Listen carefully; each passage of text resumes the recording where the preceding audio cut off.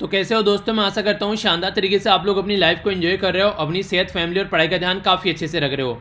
सबसे पहले कुछ इंपॉर्टेंट बातें, कल आप लोग की वीडियो नहीं आई नैनो मैगजीन, क्योंकि कल मैंने आप लोगों को बोला था कि कई सारे सॉफ्टवेयर मैंने लिए हैं, एक सॉफ्टवेयर का डुप्लीकेशन हो गया था, जो कि ये पीपीटी जो आप लोगों के सामने है।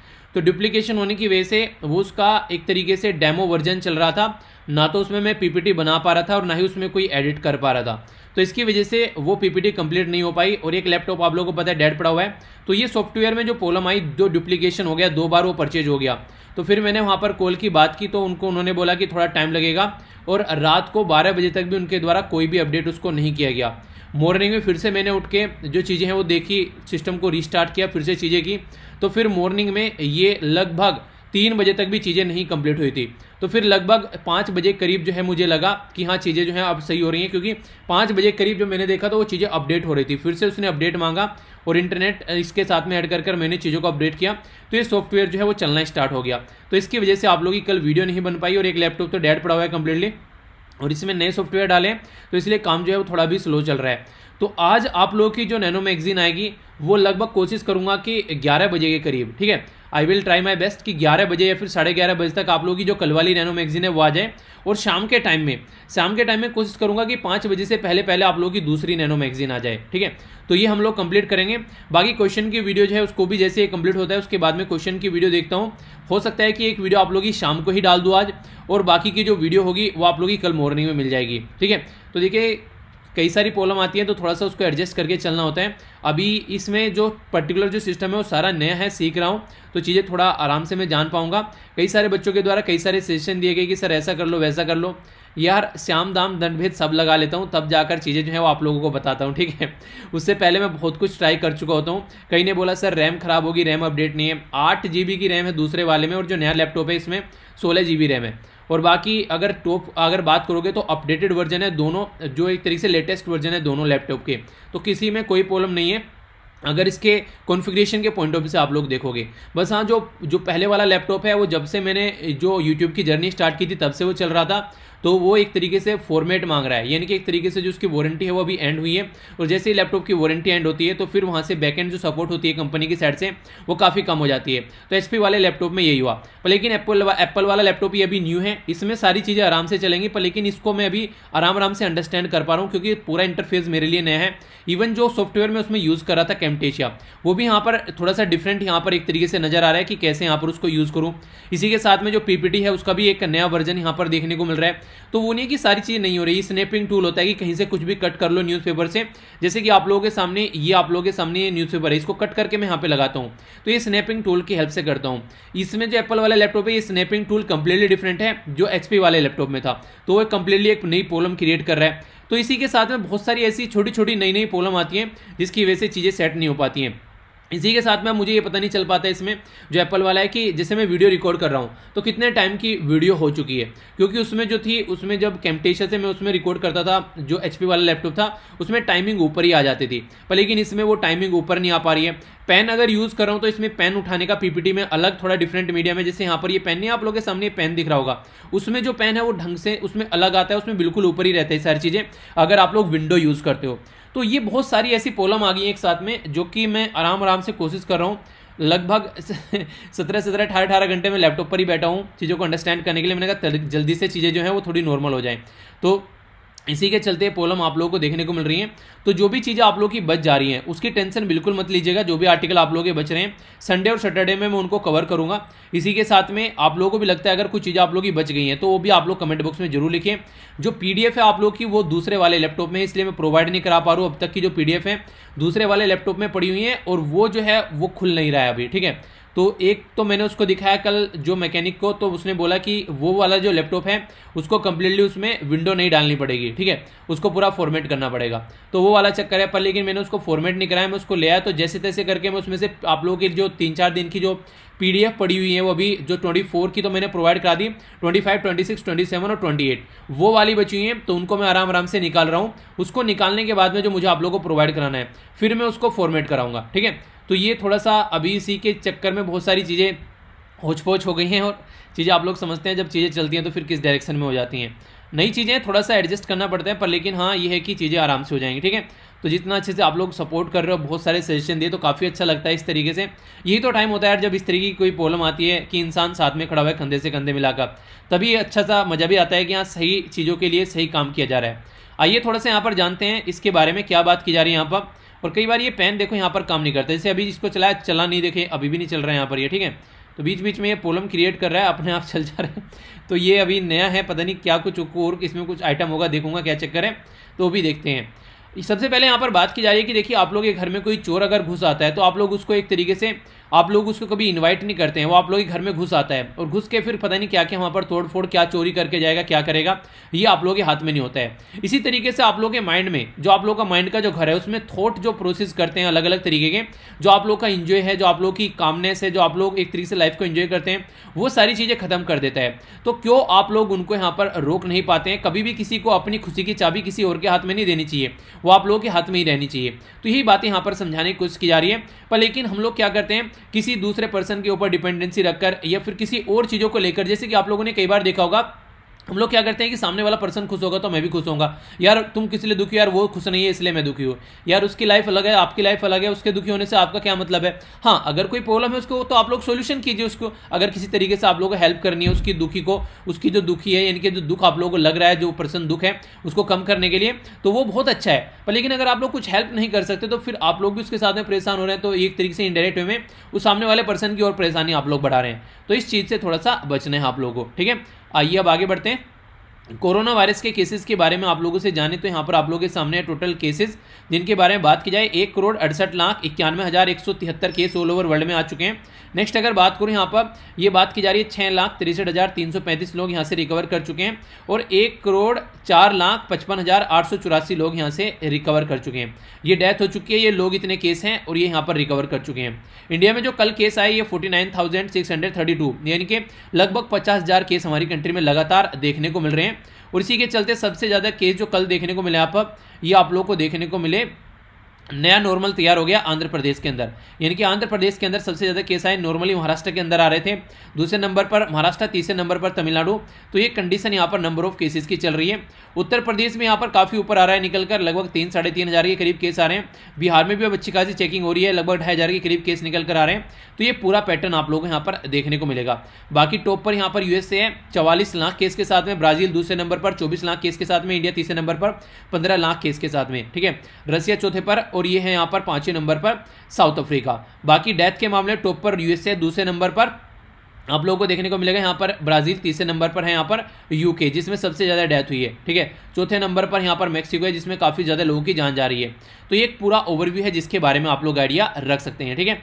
तो इन सब के चक्कर में मैं आप लोगों का मैं बेस्ट क्वेश्चन नहीं लगा पाया, तो उसके लिए सॉरी। तो उसको आप लोग थोड़ा सा एक तरीके से इस तरीके से मत देखिएगा आप। बाकी कल से आप लोगों को देखता हूँ चीज़ें और प्रॉपर वे में प्रोवाइड कराऊँ। देखिए थोड़ा सा एडजस्ट करना पड़ेगा बस आपको, उसके बाद में चीज़ें जो है वो फिर नॉर्मल होनी स्टार्ट हो जाएगी, फिर सारा काम हम लोग करने लगेंगे, ठीक है।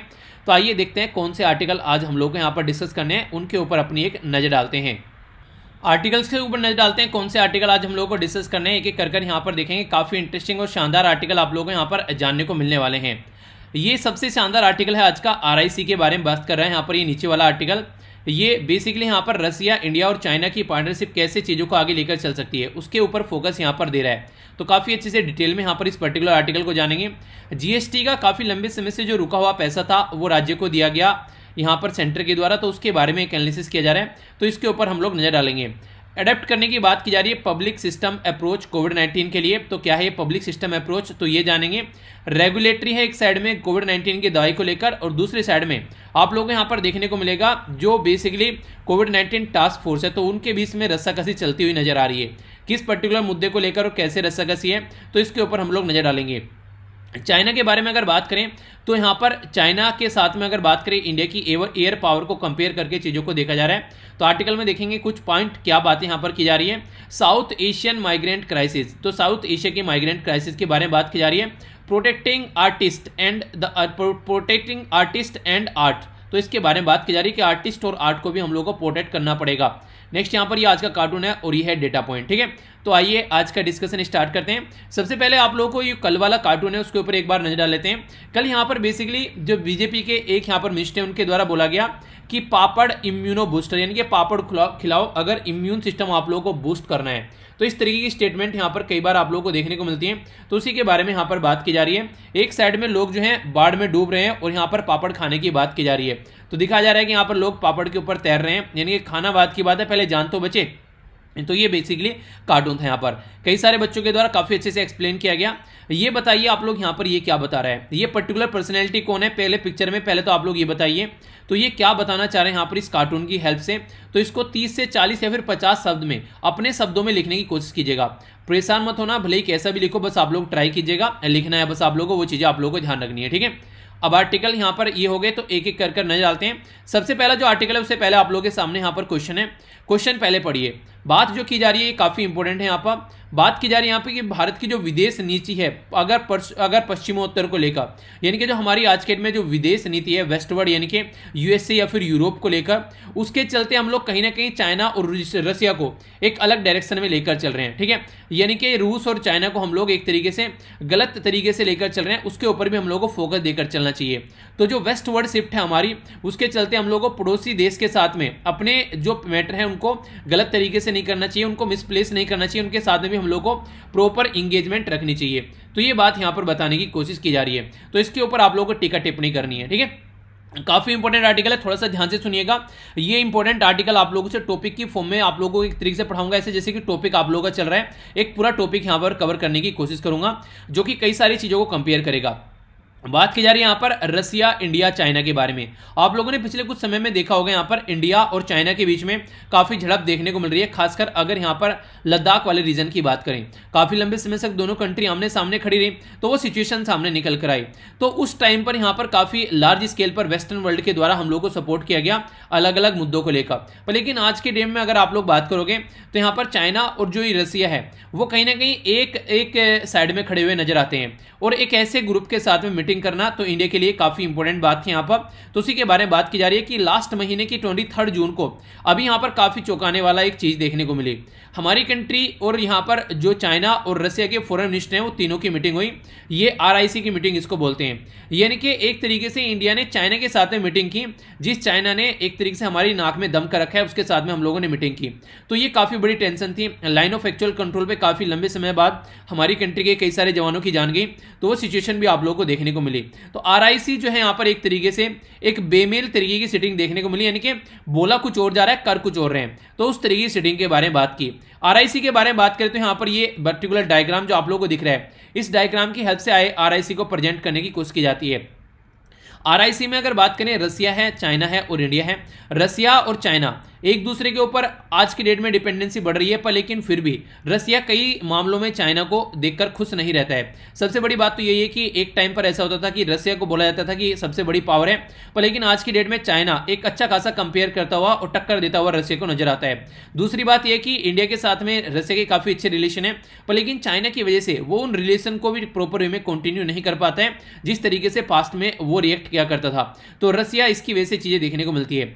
क्रीमिया इशू क्या है, यहाँ पर यूक्रेन का एक एरिया था, यहाँ पर क्रीमिया, ये हो गया यूक्रेन, इसके नीचे यहाँ पर ये एक एरिया था क्रीमिया, इसको हड़प लिया गया था रसिया के द्वारा। हड़प क्या लिया गया था, पहले रसिया का ही पार्ट था, यहाँ पर रेफरेंडम कराया गया, तो रेफरेंडम में लोगों ने रसिया को सपोर्ट करने की बात की गई। तो वेस्टर्न वर्ल्ड काफी गुस्सा हुआ, उन्होंने बोला कि ये गलत तरीका है इस तरीके से। तो इस तरीके से उन्होंने G7 कंट्री में से, आज के डेट में जो G7 है वो G8 कंट्री हुआ करती थी, तो यहाँ पर बाहर निकाल दिया रसिया को। तो ये सिचुएशन भी आप लोगों को देखने को मिली। तो ऐसी बहुत सारी कंडीशन यहाँ पर पास्ट में निकल कर आई, जिसके चलते प्रॉब्लम सामने निकल कर आती है, खासकर रसिया के बारे में जब हम लोग बात करते हैं तो उसी के मुद्दे को यहाँ पर समझाने की कोशिश की जा रही है कि तीनों कंट्री जो है वो अलग अलग तरीके से चीजों को लेकर चलती हैं, पर फिर भी तीनों कंट्री एक दूसरे के साथ में कनेक्टेड है। तो ये बात है यहाँ पर जो कि सामने निकल कर आ रही है, यानी कि तीनों कंट्री अलग अलग होते हुए भी तीनों कंट्री एक दूसरे के साथ में यहाँ पर नजर आ रही है। तो उस तरीके से यहाँ पर जो ये बेमेल तरीके का जो मेल सामने निकल कर आया, तो उसको समझने की कोशिश यहाँ पर राइटर कर रहे हैं। तो राइटर जो यहाँ पर सबसे पहले जो बात करेंगे उसको समझेंगे और फिर आगे बात करेंगे।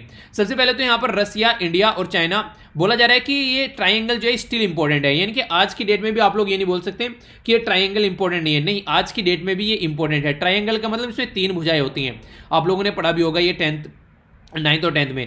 ट्राइंगल 3 भुजाओं वाला, यानी कि रसिया, चाइना और इंडिया वाला इंपॉर्टेंस रखता है आज के डेट में भी। वेस्टवर्ड शिफ्ट अपनी जगह है, पर लेकिन फिर भी इन दोनों को साथ में लेकर चलना चाहिए, तो इसके बारे में हम लोग समझते हैं। RIC एक स्ट्रेटेजिक ग्रुप है जहां पर जब फर्स्ट जो लुक इसका देखने को मिला 1990s में इसका देखने को मिला, जिसके चलते यहाँ पर इसका जो एक तरीके से वो नहीं कहते कि एक जो इसका जामा पहनाया गया इसको फिर आगे चलकर पहनाया गया, पर लेकिन इसके बारे में जब बात की गई यहाँ पर ये बात की गई येविंगी, ठीक है, ये प्राइमोक रसिया के एक पॉलिटिशियन थे, यानी कि येवजेनी प्राइम ये है यहाँ पर प्राइमकोव, ठीक है। तो रसियन एक पॉलिटिशियन थे यहाँ पर जिनके द्वारा चीजों को टैकल करने की कोशिश की गई 3 मुद्दों पर फोकस कर खासकर वेस्टर्न वर्ल्ड को टैकल करने की कोशिश की गई। वेस्टर्न वर्ल्ड जब मैं आप लोगों को बोलता हूँ तो सीधा सीधा माइंड में आप लोगों के आना चाहिए यहाँ पर USA या फिर यूरोपियन कंट्री, ठीक है। तो यहाँ पर जो इनका 3 मुद्दे थे वो कौन से थे? पहला तो ये था कि आज के डेट में सारे एरिया में दबदबा किसका चल रहा है? USA का चल रहा है, तो USA का दबदबा खत्म होना चाहिए। पहली तो बात इनके द्वारा ये बोली गई, यानी कि USA का दबदबा यहाँ पर खत्म होना चाहिए, तभी जाकर चीजें नॉर्मल हो पाएंगी।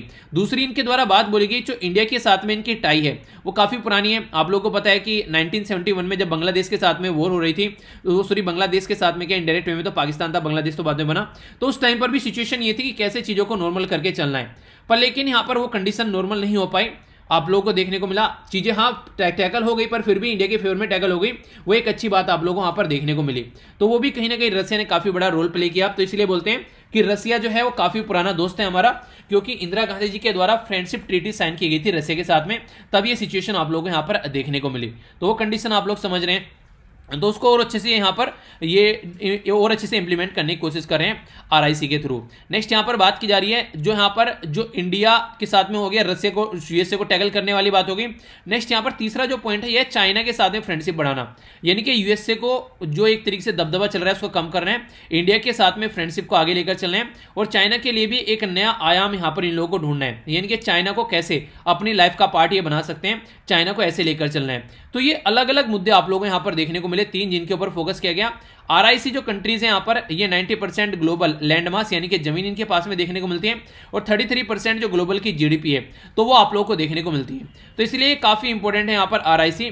तो इस तरीके से यहाँ पर RIC आप लोगों के सामने, पर लेकिन RIC का क्या रिलेवेंस है इंडिया के लिए, ये काफी इंपॉर्टेंट आप लोगों के लिए हो जाता है। यानी कि RIC को इंडिया के एंगल से आप लोग देखो, स्ट्रेटेजिक बैलेंस के बारे में अगर आप लोग बात करें तो जापान, अमेरिका और इंडिया, ये ट्रायंगल एक ग्रुप है, जापान, अमेरिका और इंडिया, जय और वीरू, जय JAI, ठीक है, तो जय जवान जय किसान, तो उस तरीके से याद रख लीजिएगा, जापान, अमेरिका और इंडिया, तो तीनों के काफी अच्छे रिलेशन है।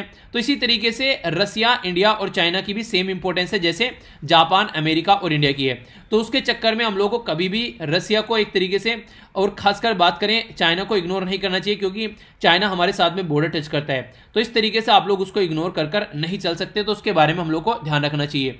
पहली बात तो यहाँ पर ये की जा रही है। नेक्स्ट यहाँ पर अगर बात करें जो ग्रुपिंग है, जैसे क्वाड आप लोगों को देखने को मिलता है, इसमें 4 कंट्री हैं। कौन कौन सी है 4 कंट्री क्वाड में, नीचे बताइए, कई बार आप लोगों को डिस्कस कर चुका हूं।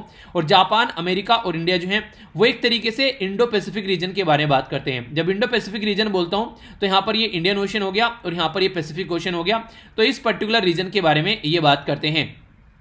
तो इसी के साथ में पहला तो मुद्दा हो गया कि एक स्ट्रेटेजिक बैलेंस बनाने की कोशिश की जाती है, चाइना का जो दबदबा है उसको कम करने की कोशिश की जाती है। दूसरा मुद्दा यहाँ पर है फोरम फॉर कोऑपरेशन, कोऑपरेशन के लिए फोरम है यहाँ पर इंडिया, चाइना और रसिया।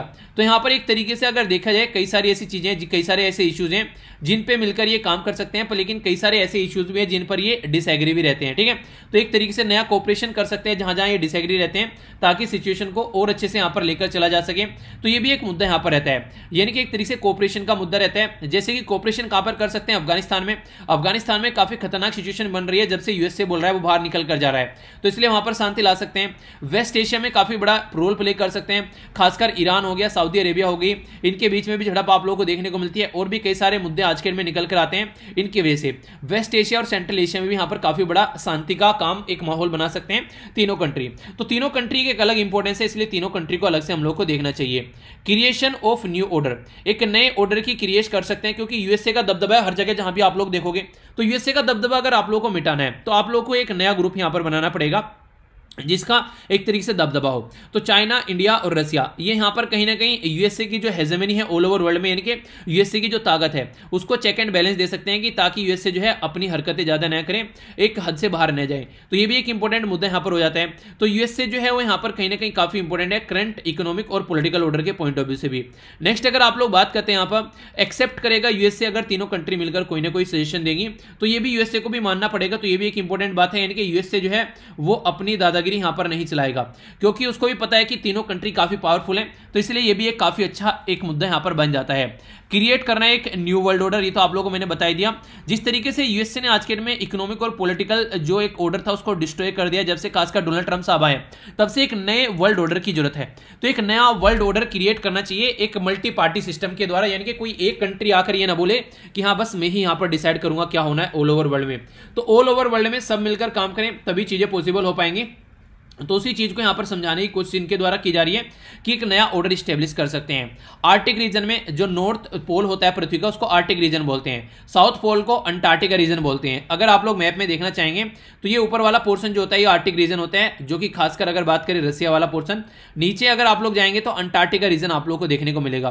तो आर्टिक वाले रीजन में भी यहां पर ये मिलकर काम कर सकते हैं, क्योंकि उस पर्टिकुलर रीजन में जो नॉर्दर्न स्टेट है उनके साथ में वेस्ट और खासकर रशिया के साथ में मिलकर इंडिया और चाइना काफी बड़ा रोल प्ले कर सकते हैं। किस तरीके से उसको गवर्न करना चाहिए, यानी कि बस वो पर्टिकुलर रीजन इनसे कनेक्ट है तो ये वहां पर कुछ भी करेंगे, एक तरीके से इन्वायरमेंट को भी नुकसान पहुंचाएंगे। तो एक तरीके से चेक एंड बैलेंस यहां पर लगाया जा सकता है। एक इंपॉर्टेंट फैक्ट क्या है, यहाँ पर डिजास्टर रिलीफ और ह्यूमैनिटेरियन असिस्टेंस में भी काम कर सकते हैं। जैसे कि कहीं कई कंट्री में कहीं बाढ़ देखने को मिलती है, कहीं अर्थक्वेक देखने को मिलता है, तो वहां पर मिलकर एक दूसरे के साथ में काम कर सकते हैं ताकि सिचुएशन को यहां पर रोका जा सके। ठीक है, तो ये काफी बड़ा मुद्दा देख सकते हैं। कंसर्न इंडिया का रहता है काफी बड़ा इसको लेकर, यहां पर इस पर्टिकुलर ग्रुप को लेकर। वो क्या रीजन है उसका, इंडिया देखिए अगर ट्रेडिशनली आप लोग बात करें इंटरनेशनल पॉलिटिक्स में इंडिया का एक नेचर आप लोगों को देखने को मिलेगा, काफी प्यारा नेचर है। वो नेचर ये कि कभी भी दूसरे के मामले में टांग नहीं अड़ाता है, यानी कि अवॉइड करने की कोशिश करता है, इंटरनेशनल जो पॉलिटिक्स है उससे दूर रहने की कोशिश करता है। तो स्पेशली जो ग्रेट पावर की जो पॉलिटिक्स थी, जैसे आप लोग कोल्ड वॉर में भी देखिए एक साइड में यूएसआर और दूसरी साइड में यूएसए, पर लेकिन इंडिया ने अपना कल्टी मारी वहां से और इंडिया बोला कि मैं नेम बनाऊंगा नॉन अलाइंग मूवमेंट। तो बेलग्रेड कॉन्फ्रेंस हुई 1961 में और एक नेम जैसी कोई नई ऑर्गेनाइजेशन निकल के आई जिसमें इन्होंने कंप्लीटली कोशिश की कि इन सब चीजों से दूर रहना है। ठीक है, तो ये एक इंपॉर्टेंट फैक्ट आप लोगों को यहां पर देखने को मिला। नेक्स्ट यहां पर जो बात की जा रही है चाइना का जो हॉस्टाइल नेचर है इंडिया के लिए, और उसी के साथ में यहां पर अभी बातें चल रही हैं, तो ये इंडिया के लिए एक अच्छी बात नहीं, एक तरीके से इंडिया और चाइना के लिए अच्छी बात नहीं है। ना हॉस्टाइल नेचर यहां पर देखने को मिल रहा है चाइना का इंडिया के लिए, तो इसके चलते भी यहां पर एक ऐसे इंसान के साथ में बैठना है जिसके साथ में दुश्मनी है, तो वो नहीं बोलते जिसका चेहरा भी देखना पसंद नहीं है उसके साथ में बैठ के बात करनी है, तो वो वाली कंडीशन यहां पर सामने निकल कर आती है।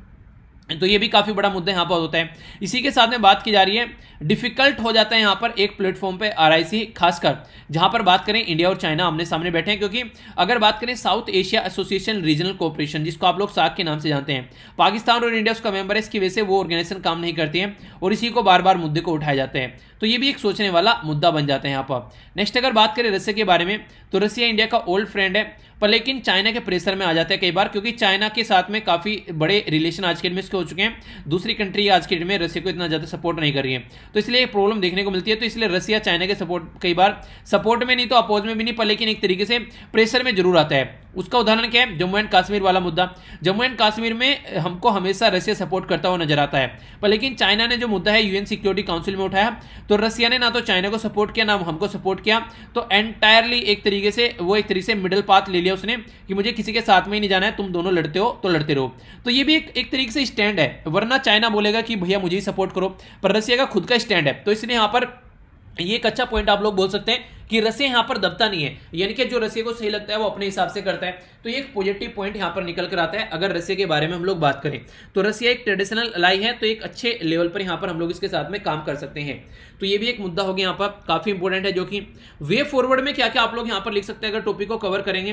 देखिए दोनों कंट्री को मिलकर काम करना पड़ेगा। अगर इंडिया और चाइना के बारे में बात करें तो सबसे बड़ा मुद्दा तो यह है कि इनको अपने बॉर्डर कैसे सुलझाने, जो इतने खतरनाक लेवल पर सिचुएशन पहुंच गई है फिलहाल अभी रिसेंटली, तो डायलॉग के थ्रू इनको लोगों को यहां पर काम करना चाहिए। दूसरा मुद्दा यहां पर यह कि संघाई कोऑपरेशन ऑर्गेनाइजेशन एससीओ में भी दोनों मेंबर हैं यहां पर। अगर बात करें यहां पर ब्रिक यानी कि ब्राजील, रसिया, इंडिया, चाइना, साउथ अफ्रीका, वहां पर ये मेंबर है। तो इस तरीके से अगर ये दोनों काम ढंग से नहीं करेंगे तो वहां पर भी इनकी झड़प रहेगी। तो इनको दोनों को ढंग से मिलकर काम करना चाहिए ताकि एक मुद्दा क्या है उसको समझ सकें और उसका सोल्यूशन कैसे निकालना है उसके बारे में बात कर सकें। तो इसी के चलते यहां पर बार बार ये बात की जा रही है। तो रीजनल कॉम्प्रिहेंसिव ये यहां पर जो बात की जा रही है रसिया, इंडिया, चाइना, तो ये सिग्निफिकेंस एक मल्टीलेटरल ग्रुप है जो कि मिलकर काम कर सकते हैं, क्योंकि संघाई कॉर्पोरेशन में कोर ग्रुप है वो भी यही है। चाइना, इंडिया, रसिया, ब्रिक कंट्री में कोर ग्रुप है वो भी यही है। तो अगर ये ढंग से काम नहीं करेंगे तो वहां पर भी ढंग से काम होता हुआ नजर नहीं आएगा। तो ये काफी जरूरी है कि इनको ढंग से काम करना पड़ेगा तीनों कंट्री को। और एरिया के पॉइंट ऑफ से, पॉपुलेशन के पॉइंट ऑफ से ये वर्ल्ड में सबसे बड़ी कंट्री आती है। एरिया में सबसे बड़ी कंट्री देखे तो रसिया, पॉपुलेशन की वजह से सबसे बड़ी कंट्री देखे तो चाइना। तो इस तरीके से समझ सकते हैं आप लोग इन कंट्री को मिलकर काम करना चाहिए। तो कौन से ऐसे मुद्दे हैं, इश्यूज हैं जिनको डिस्कस कर सकते हैं, वेस्ट एशिया में क्या चल रहा है, तो उसको ये काफी अच्छे से डिस्कस कर सकते हैं। ठीक है, यानी कि एक तरीके से ईरान, सऊदी अरेबिया, ये सारा जो एरिया है ये क्या प्रॉब्लम झेल कर रहा है, तो उस पर ये काम कर सकते हैं। अफगानिस्तान के मुद्दे पर ये बात कर सकते हैं, क्लाइमेट चेंज के मुद्दे पर बात कर सकते हैं, टेररिज्म के मुद्दे पर बात कर सकते हैं, रीजनल कनेक्टिविटी के मुद्दे पर बात कर सकते हैं, और उसी के साथ में टेंशन ऑन कोरियन पेनिनसुला, यानी कि साउथ कोरिया और नॉर्थ कोरिया के बीच में जो टेंशन है उसके मुद्दे पर भी ये बात कर सकते हैं। तो अफगानिस्तान में से यूएसए बाहर निकल रहा है, वहां पर कैसे शांति रखनी है, तालिबान को कैसे टैकल करना है, उसके मुद्दे पर ये बात कर सकते हैं। तो बहुत सारे ऐसे मुद्दे आप लोग यहाँ पर बता सकते हैं जिनके मुद्दे पर बात कर हम लोग सिचुएशन को नॉर्मलाइज कर सकते हैं। तो इसी के चलते हम लोग यहाँ पर मिलकर काम करना चाहिए, ना कि इनको इग्नोर करना चाहिए। वेस्ट की साइड में मिलकर हम लोगों ने अभी एक क्वाड ग्रुप बनाया। क्वाड ग्रुप में मैंने अभी आप लोगों से पूछा कौन कौन था, तो क्वाड ग्रुप में यहां पर एक साइड में यूएसए है, एक साइड में आप लोगों को, चलिए आप लोग आंसर ही बताइएगा। ठीक है, जब आप लोगों से पूछ ही लिया तो ये आप लोगों को बताना है। तो ये भी एक ग्रुप हो गया जिसमें यहां पर मिलकर काम करने की कोशिश की जा रही है, पर लेकिन दूसरी कंट्री को टैकल कर रहे हैं। तो किस हद तक टैकल करना है तो ये हम लोग को डिसाइड करना पड़ेगा, वरना फिर हम अपने ही पैरों में फंदा डालकर बैठ जाएंगे। तो ये बातें हैं जो यहाँ पर समझाने की कोशिश, इसलिए बोला गया कि ये बेमेल है। एक साइड में हम लोग बोलते हैं वेस्ट के साथ में, और दूसरी साइड में हम लोग यहाँ पर बोल रहे हैं कि हम लोग इनके साथ में है। तो ये एक तरीका बेमेल आप लोग यहाँ पर चीजें देखने को मिल जाती है। ठीक है, तो ये यहाँ पर समझाने की कोशिश की जा रही है। तो हल्का सा आइडियाज के बारे में रखिएगा, क्वेश्चन का आंसर जरूर दीजिएगा। जिस भी एग्जाम की आप लोग तैयारी करें, क्वेश्चन अटेम्प्ट करेंगे तो लंबे समय तक आप लोग चीजों को याद रख पाएंगे। ठीक है, तो क्वेश्चन को जरूर अच्छे से अटेम्प्ट करना है। नेक्स्ट जो मुद्दा है इसके बारे में आप लोगों को वैसे ही बताता हूं यहाँ पर ही, हालांकि इसके लिए पीपीटी भी तैयार कर दिया मैंने, पर फिर भी एक आप लोगों को डिटेल में यहाँ पर समझा देता हूं। यहाँ ने तो अभी इन्होंने बेसिकली करंट का इश्यू यहाँ पर बताया। ठीक है, मैं आप लोगों को सारा मुद्दा यहाँ पर समझाता हूँ कि एग्जैक्ट टॉपिक क्या है और किस बारे में यहाँ पर कैसे कैसे बातें की जा रही हैं। तो उसको हम लोग देखते हैं कंप्लीटली कि क्या क्या मुद्दा है और कैसे यहाँ पर सिचुएशन क्रिएट होती है। तो देखिए, हमारी कंट्री में आज के डेट में 28 स्टेट हैं और 8 यूनियन टेरिटरी हैं। जब हम लोग बात करते हैं 28 स्टेट है और 8 यूनियन टेरिटरी है, तो इसका मतलब ये कि सबके हाथ में अलग अलग पावर है, अलग अलग एडमिनिस्ट्रेटिव सिस्टम है हमारी कंट्री में। तो कैसे उसको लेकर चलना है उसके बारे में अगर आप लोग देखेगा तो एक जीएसटी का सिस्टम हमारी कंट्री में लाया गया। जीएसटी को बोलते हैं गुड्स एंड सर्विस टैक्स। तो 2017 में हमारी कंट्री में गुड्स एंड सर्विस टैक्स का एक टैक्स लाया गया नाम का। और वो जो टैक्स था वो एक तरीका इनडायरेक्ट टैक्स था, यानी कि इनडायरेक्ट टैक्स को यहाँ पर सब्ज्यूम करके यहाँ पर एक टैक्स बनाया गया यहाँ पर बेसिकली। तो उसका बेसिक पर्पज ये था कि कैसे यहाँ पर ये टैक्स को इंप्लीमेंट करना है। तो जीएसटी जो टैक्स है यहाँ पर ये यहाँ पर उस टाइम पर ये बोला गया कि जो भी इनडायरेक्ट टैक्स आप लोग इसके अंडर लाओगे, तो उस टाइम पर सबसे बड़ा मुद्दा यहाँ पर सामने निकल कर यह है कि आप लोग जो यहाँ पर लोगों का जो यहाँ पर जो राज्य है जिनका टैक्स यहाँ पर एक तरीके से एक ये है कि बहुत ज्यादा कलेक्शन उनका होता है, पर लेकिन आज के डेट में अगर आप लोगों के हिसाब से वो चलेंगे तो उनका टैक्स कलेक्शन जो है वो काफी कम यहाँ पर हो जाएगा। तो उसको कैसे आप लोग करना है, तो सेंट्रल गवर्नमेंट के द्वारा ये बोला गया कि जो भी आप लोगों का नुकसान होगा उस नुकसान की भरपाई हम लोग करेंगे। पर लेकिन लास्ट ईयर जो है सेंट्रल गवर्नमेंट ऐसा नहीं कर पाई इकोनॉमिक एक्टिविटी की रीजन की वजह से। तो फिलहाल अभी सेंट्रल गवर्नमेंट के द्वारा जो उनका पैसा था वो यहाँ पर उनको देने की बात की गई है। तो अच्छी बात यहाँ पर ये देखने को मिल रही है कि अभी कई सारे राज्य की बुरी हालत है, तो बुरे टाइम पर उनको यहाँ पर ये सपोर्ट प्रोवाइड कराया जा रहा है। तो सबसे इंपॉर्टेंट फैक्ट तो आप लोगों के सामने यहाँ पर ये निकल कर आ रहा है। पर लेकिन सबसे पहले अगर बात करें जो कंपनसेशन दिया जाता है उस बेस पर दिया जाता है कि कितना पैसा आप लोगों ने, अपना जो पैसा है वो आप लोगों ने खर्च किया है। एक सॉरी कंपनसेशन उस बेस पर दिया जाता है कि आप लोगों का जो कलेक्शन वो कैसा आ रहा है आप लोगों के राज्य से। ठीक है, मान लीजिए कलेक्शन अगर कम हो गया तो आप लोग कंपनसेशन भी कम देखने को मिलेगा। जीएसटी की हमारी कंट्री में कितनी स्लैब है टोटल, तो आप लोग को 28 की देखने को मिलेगी। 28 की स्लैब वो है जहां पर सबसे ज्यादा जो लग्जरी गुड होता है उनके ऊपर लगाया जाता है। फिर उसके बाद में आप लोगों को 18 की देखने को मिलेगी, 12 की देखने को मिलेगी, 5 की देखने को मिलेगी और 0 की देखने को मिलेगी। तो ये जो स्लैब है ये स्लैब यहाँ पर ये काम करती है कि आज की डेट में कहाँ पर कितना ज्यादा है जो टैक्स लगना है। तो अगर बात करेंगे लग्जरी गुड, तो आज के डेट में कोई खरीद नहीं रहा है, लोगों की रोजी रोटी नहीं आज के डेट में आ पा रही है उनके पास में, तो लग्जरी गुड की तो बात ही दूर कर दीजिए आप लोग। तो इसलिए यहाँ पर काफी कम टैक्स जो है यहाँ पर इकट्ठा हो पा रहा है इस सिचुएशन की वजह से। आज के डेट में लोग जो है वो पैसा अपने पास रखना पसंद कर रहे हैं, क्योंकि ऐसी कंडीशन बनी है पता नहीं घर में किसकी बीमारी लग जाए और क्या कंडीशन बन जाए और कहां पर किसको क्या करना पड़ जाए। तो वो सिचुएशन अभी आप लोगों को यहाँ पर देखने को मिल रही है। तो उन्हीं के चलते जो जीएसटी का कलेक्शन है वो भी काफी कम हो रहा है, और इसी के चलते सेंट्रल गवर्नमेंट को भी पैसा भी यहाँ पर कम देना पड़ेगा। तो इकोनॉमिक एक्टिविटी कम हो रही है तो इंडायरेक्ट वे में पैसा कम देना पड़ेगा।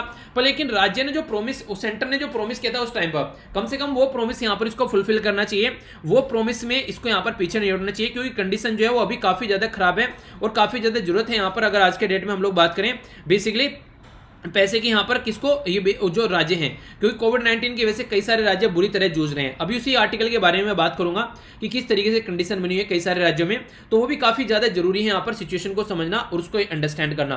तो उन्हीं सब मुद्दों के बारे में यहाँ पर बेसिकली बात की जा रही है। ठीक है, तो हल्का सा आइडियाज के बारे में आप लोग रख सकते हैं। तो जीएसटी का यहाँ पर अभी इनके द्वारा पैसा दे दिया गया है, तो उसी के चलते फाइनेंस मिनिस्टर निर्मला सीतारमण ने बोला था कि हम लोग देखेंगे क्या क्या पॉसिबिलिटीज हो सकती है, क्या क्या सोल्यूशन निकल सकता है। पर लेकिन अभी जो कोविड-19 है उसने सारी पॉसिबिलिटीज, सारे सोल्यूशन जो है वो साइड में रख दिए, तो जिसकी वजह से यहाँ पर ये प्रॉब्लम सामने निकल कर आ रही है। ठीक है, तो इसके बारे में भी आप लोग आइडिया रखिएगा, काफी इंपॉर्टेंट है, कई बार क्वेश्चन बन जाते हैं जीएसटी के बारे में। एक तरीका इनडायरेक्ट टैक्स है हमारी कंट्री में जो इंप्लीमेंट किया गया।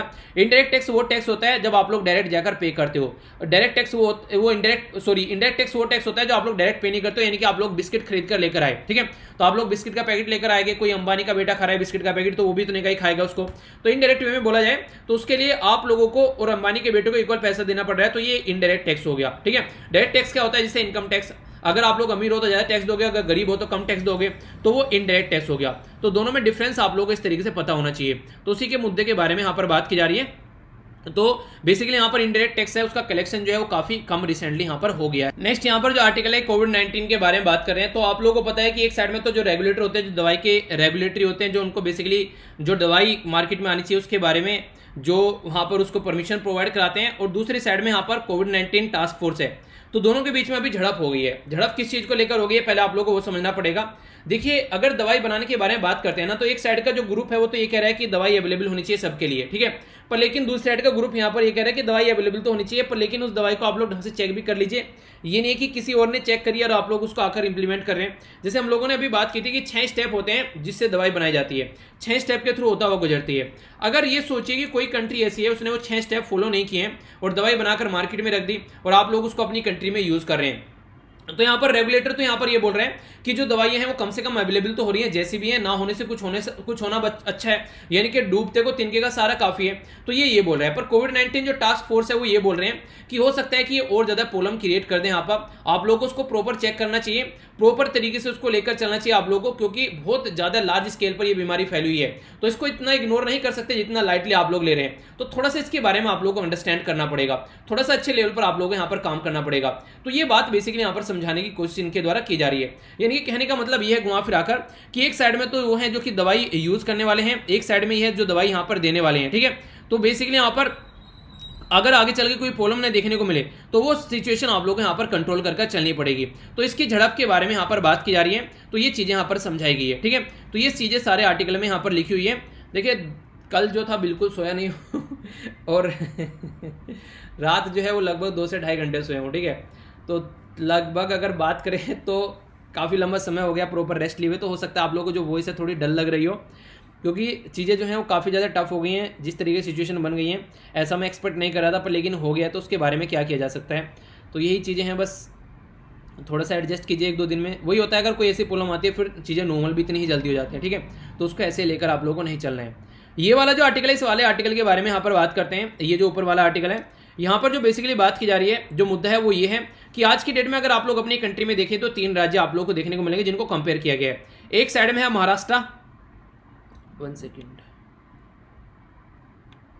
एक साइड में है यहाँ पर महाराष्ट्र, एक साइड में हो गया आप लोगों के सामने गोवा, और यहाँ पर हो गया आप लोगों के सामने केरला। ठीक है, अगर सबसे ज्यादा रिसोर्सेज के बारे में बात करें तो महाराष्ट्र के पास में जो चीजों को टैकल करने के लिए, पर लेकिन महाराष्ट्र ही आज के दिन सिचुएशन को ढंग से टैकल नहीं कर पा रहे हैं। रीजन यहाँ पर यह कि उसके द्वारा रिसोर्सेज को ढंग से यूज नहीं किया गया और कोविड-19 के केस इतने ज्यादा यहाँ पर महाराष्ट्र में देखने को मिले, वरना महाराष्ट्र सिचुएशन को आराम से टैकल करके चल सकता था, पर लेकिन वो सिचुएशन को आराम से टैकल करके नहीं चल पाया, जिसकी वजह से सामने ये प्रॉब्लम निकल कर आई। ठीक है, तो ये आप लोग यहाँ पर कंडीशन देखने को मिली। दूसरी साइड में बात करें केरला के पास में सबसे कम रिसोर्सेज थे और वो सिचुएशन को सबसे बेटर तरीके से हैंडल कर पाया। और गोवा के पास में भी रिसोर्सेज की कमी भी थी, हालांकि गोवा को मीडियम तरीके से आप लोग देखते हैं, पर लेकिन इनके तरीके से जो रिसोर्सेज का यूटिलाइजेशन है वो काफी शानदार देखने को मिला, तो जिसके चलते जो इनकी प्रॉब्लम थी वो काफी हद तक यहाँ पर सोल्व होती नजर आई। तो कहने का मतलब यहाँ पर ये है कि जिनके पास में रिसोर्सेज पूरे न होते हुए भी उन्होंने प्रॉब्लम का सोल्यूशन निकाल लिया है। ये बिल्कुल हमारे जैसे हैं, जैसे कि आप लोग देखते हैं यहाँ पर रिसोर्सेज की काफी कमी चल रही है, पर फिर भी लेक्चर आप लोगों के पास में आ रहा है। तो ये सोचने वाला मुद्दा है यहाँ पर कि हाँ, किस तरीके से इस रिसोर्सेज को इफेक्टिवली यूटिलाइज करना है ताकि सिचुएशन जो है उसको और ज्यादा नॉर्मलाइज किया जा सके। ठीक है, तो यह सिचुएशन जिसके बारे में आप लोगों को हल्का सा आइडिया रखना है, तो वही बातें समझाने की कोशिश की गई है कोविड-19 को ध्यान में रखते हुए। ठीक है, तो यह है मुद्दा जिसके बारे में आप लोग आइडिया रखिएगा। क्वेश्चन का आंसर जरूर लिखिएगा। बाकी जो भी आप लोगों के जो आर्टिकल अभी बचे हैं उनको नेक्स्ट वीडियो में मैं कवर करूंगा, या तो कल देख लूंगा, कुछ आर्टिकल कवर कर लूंगा आप लोग के, वरना आप लोग के सारे आर्टिकल जो है संडे सैटरडे में और कवर कर लूंगा मैं, ठीक है। तो मिलता हूं नेक्स्ट लेक्चर में, तब तक के लिए बड़ों को नमस्ते, छोटों को प्यार, छोटी सी लाइफ एंजॉय करो यार। तब तक के लिए जय हिंद।